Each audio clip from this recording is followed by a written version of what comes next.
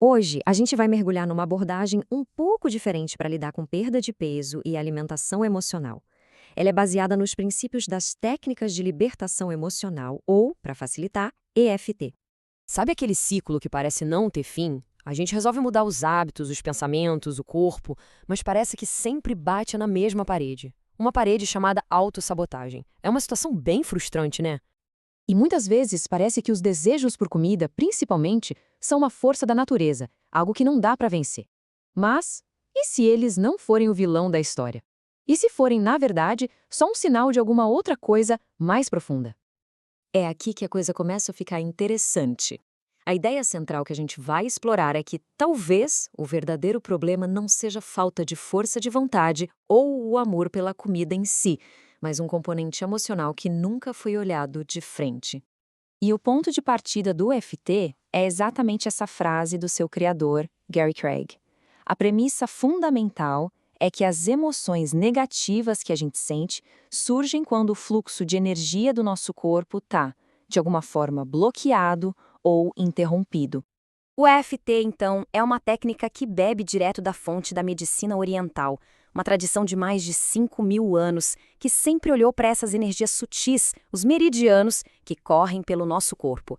A ideia é usar o toque para focar e resolver uma questão emocional específica. Por isso que muita gente chama o EFT de acupuntura emocional, só que sem agulha nenhuma. Olha só que interessante essa comparação.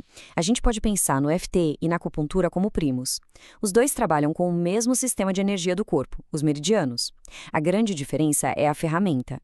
Enquanto a acupuntura usa agulhas, o EFT usa uma coisa bem mais simples, a ponta dos nossos próprios dedos. E como isso funciona na prática? Bom, o processo fundamental é chamado de receita básica. É um passo a passo bem direto, pensado exatamente para encontrar e limpar essas perturbações no nosso sistema de energia. O primeiro passo, a preparação, é talvez o mais importante, porque ele lida com algo chamado reversão psicológica. Pensa assim, é como se uma parte da gente, lá no subconsciente, remasse contra a maré e não quisesse melhorar. É uma autossabotagem que pode simplesmente impedir qualquer progresso. A fonte diz que isso acontece em cerca de 40% dos casos, então não é algo raro. Então, para corrigir essa reversão psicológica, a gente faz a preparação. A pessoa bate levemente no ponto do golpe de karatê, na lateral da mão, enquanto diz uma frase de afirmação. Algo como, mesmo que eu tenha esse desejo por chocolate, eu me aceito profunda e completamente. É uma forma de alinhar o sistema de energia, sabe? Reconhecer o problema, mas junto com uma dose de autoaceitação. Depois de preparar o terreno, vem a sequência. Aqui, a gente vai dando leves batidinhas nesses pontos-chave dos meridianos, um de cada vez. Enquanto faz isso, repete uma frase-lembrete bem curta, tipo, esse desejo de chocolate, só para manter o foco total no problema que está sendo trabalhado. Agora, a mágica acontece quando a gente começa a ver o que tem por baixo do desejo inicial. É como descascar uma cebola, camada por camada. Vamos ver um exemplo real de um workshop? Uma voluntária disse que seu desejo por M&M's era um 8, numa escala de 0 a 10, bem intenso. Fizeram uma única rodada da receita básica com ela. E aí, o que será que aconteceu? O desejo diminuiu, sim, mas o mais impressionante foi o que veio à tona junto com essa diminuição. Um sentimento completamente diferente apareceu. De repente, ela relatou uma tristeza muito profunda, e com essa tristeza veio uma memória. Ela lembrou que quando perdeu o pai, aos 8 anos, a mãe dela costumava dar comida para ela parar de chorar. Olha só que conexão poderosa.